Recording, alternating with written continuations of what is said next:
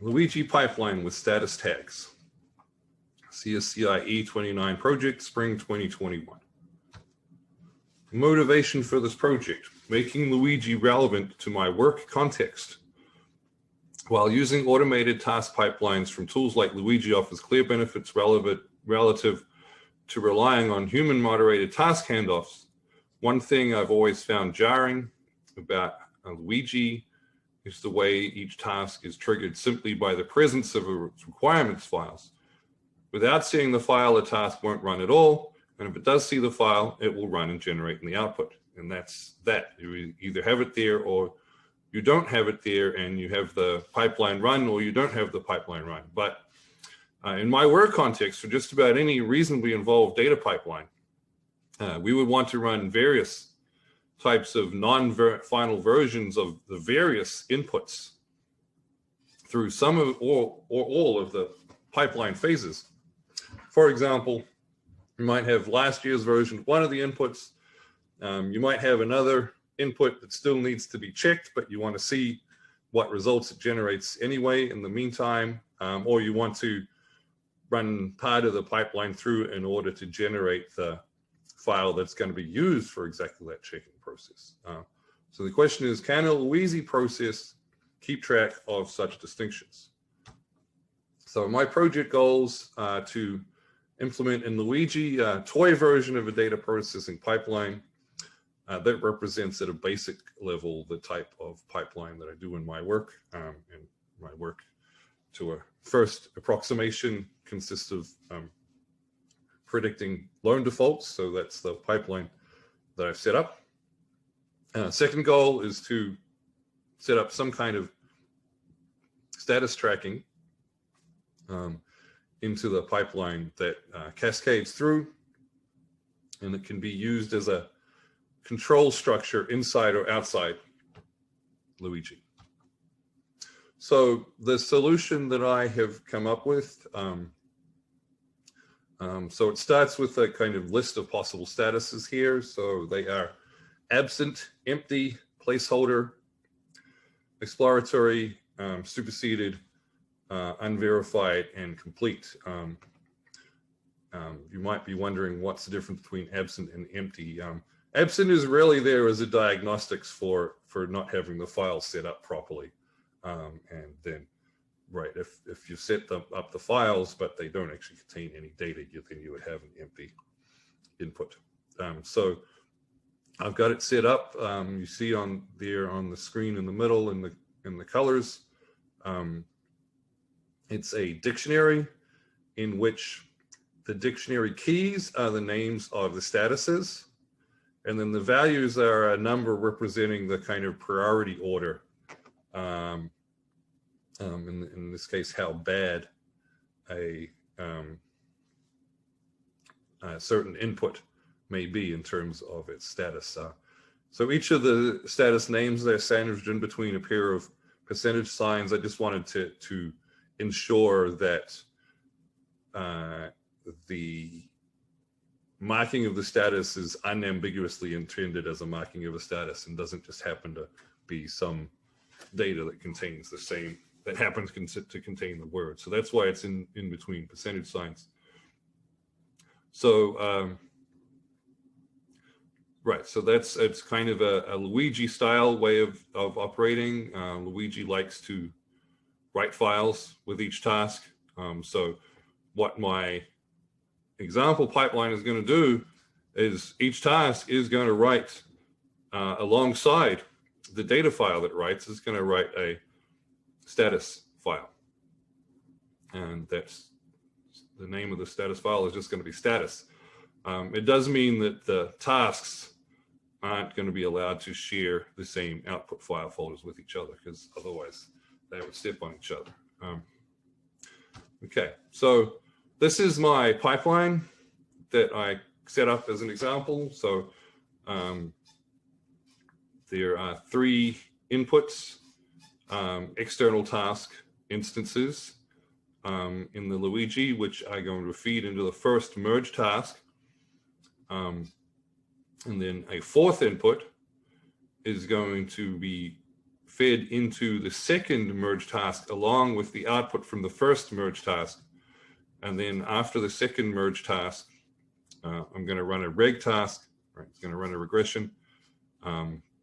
So every box on the diagram represents a Luigi task, and every one of them is going to have a status file, including the external tasks.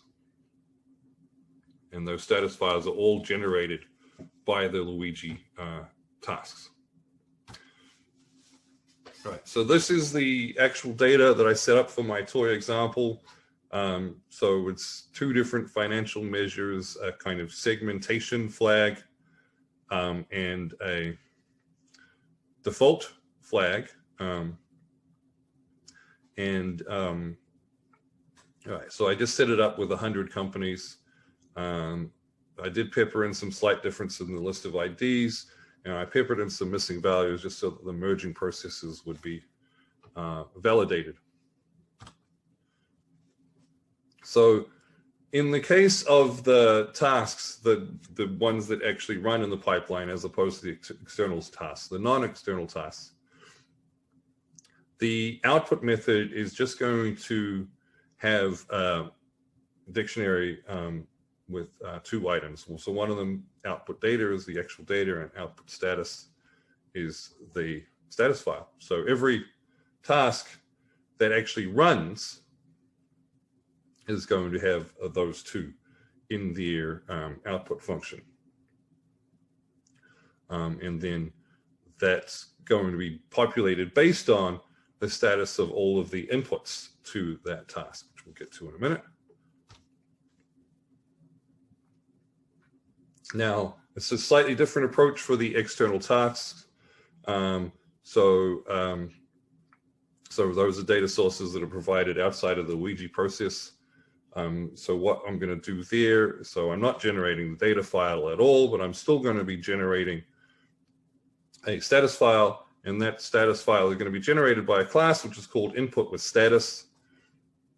So that class will generate only a status file to go with the data file of each of the external tasks. And so then subsequent tasks will then have both available to them. So this is the input with status class, showing how it generates the status. So it outputs a local target, which is just a file that's called status, and what it's going to have in it is, you don't see it here, it's there'll be more on the next screen. So it calls a function called get folder status, which will scan the folder of where the raw data is located and extract a status based on the contents of the folder. So the way that works is it looks at the file names in the folder. And for example, the measure one input, in this case, the file name is called input1% superseded %.csv. So the status marker is inside the file name. It could also be in any file name in the same directory and would have the same effect. So this is how status selection works. It looks up that dictionary, which was from a few slides ago, and picks the worst status if there are multiple statuses. And it's used by both the external tasks and the internal tasks. It's the same function, but in one case, it will have populated the inputs to that from scanning a folder, and the other case, it will receive statuses as outputs from the earlier tasks. Right, so in the non-external tasks, right, so it's the same status select function, but it's generated from the inputs. Now, the inputs, some of them are going to be external tasks, and some of them are going to be tasks that have been run. So there is a different structure for those two options, which we'll see in the upcoming slides. first we have the output as seen before. So two elements of the output in a dictionary, the data and the status file. In terms of handling the inputs, so you can see there a class being referenced as the raw input class. It's kind of a wrapper around the external task. In the case of the way I've set it up, it's either a CSV or a parquet. And in the particular example I'm running, it's always CSV.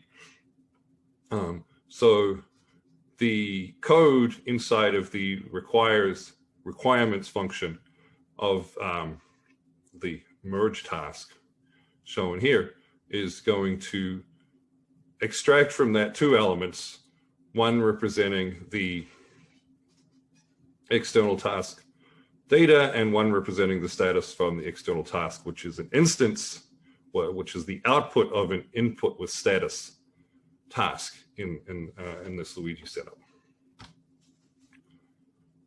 So that previous slide was what happens if it's an external task feeding into this merge task, but if it's not, so the other type of task that can feed into a merge task is a merge task, or a bit of regression going on here. And that's the way my pipeline is set up. So that has already got two elements as in its output function, and in the dictionary returned by its output function. So rather than kind of picking up the two things separately from two separate classes, they're both there in the merge task. So it's picked up that way. You also see some other bells and whistles of my merge task, which I'll discuss near the end. So I wanted to get my input with status task to always run no matter what. The reason why is because my original motivating problem, it turns out to have a bit of recursion to it, because I set up the status file to mark the status of the inputs, but then who's going to mark the status of the status file? So since the kind of inputs at the beginning of the pipeline, they're coming from some external process, well, someone might put in a new version of it and it's going to have a different status, but my Luigi task is going to leave the existing status alone, because the Luigi task just looks to see that the status exists. And if it exists, it doesn't run, so it won't update the status. So I wanted the status files to always be updated regardless in the Luigi process. Right, so how would I know the status of the status files otherwise? Right, how will I know that they're out of date? So what I wanted to do is, for my input with status class, I wanted that one to kind of run no matter what, even if the output was already there. So I turned to the internet, and sure enough, other people have had similar questions. So there was posts on various internet forums. They were not new. This one is from 2014. Somebody asked a question quite similar, and the guy who created Luigi sent an answer, pretty complicated answer. Here's another one. This one is more in the spirit of where I ended up. All right, because this guy thought of just deleting the output separately outside of Luigi. Also, this was a response from a creative Luigi to that post as well. What I ended up doing is, right, so I'm deleting all of the status files, right? I'm not deleting the output files when I run this clear statuses function, but all of the status files throughout the structure get deleted in one fell swoop before I call Luigi. So one might think that this clearing out of the status files, it wants to be a Luigi task, but if I tried to do that, I'm back in the world of recursion again. That would be a turtle that needs to stand on another turtle. So anyway, so that's what I'm doing. All the status files, and only the status files, are emptied out before the Luigi pipeline runs. And by virtue of doing that, then all of the Luigi tasks will attempt to run, regardless of the situation, with their output files. As long as they're status files, as long as one of the items in the output is absent, then the task will run.